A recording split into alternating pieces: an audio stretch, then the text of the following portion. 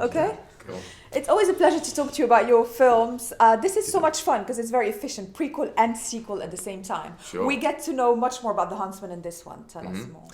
Yeah, it was. That was the goal. We were on set in the first film talking about, the Huntsman's backstory and where did he come from and who was this wife that he lost and that love and, why did that tragedy lead him to the path we saw him on? And so it was nice to go and explore that and, but have, really hone in on the love story, have a solid sort of, connection there and up the humour and the sense of adventure and fun and, and when these three women all turned up to play the parts, it was pretty exciting. Yeah, it's great to be in good company as well, especially creating those characters who are very known in folk and popular culture, but also you're kind of giving your own tone to it. Yeah. So it must be fun. Do you discuss it amongst you guys, how you want to show them? Yeah, we did. I think, we had rehearsal periods where we discussed in great depth who these characters were and how they affected one another and what the mythology was behind,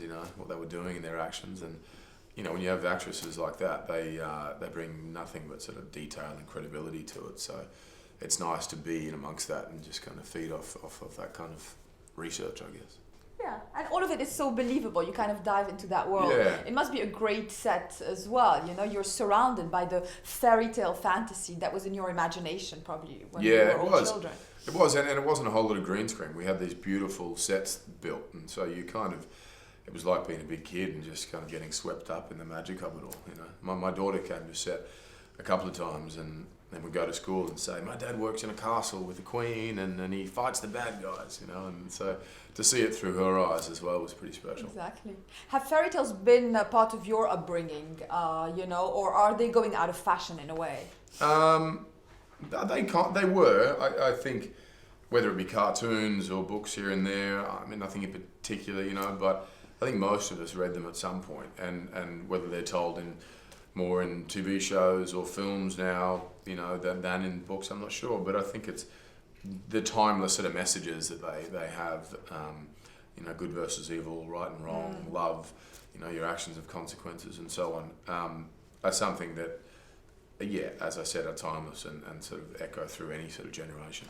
No, absolutely. I think they've informed my love for cinema, although, we're talking about books and narrative, your imagination works so much that once you get to the audiovisual, it starts being even more fascinating. That's true. Do they inform you as wanting to be an actor because you find yourself in characters? Yeah, I think so. I think if you look at mythology and so many films are derivative of different myths and religions and so on, and I think part of that fantasy and either reading about mythology as a kid or reading books like Lord of the Rings and The Hobbit, I think instilled a sense of adventure in me that probably drew me to acting.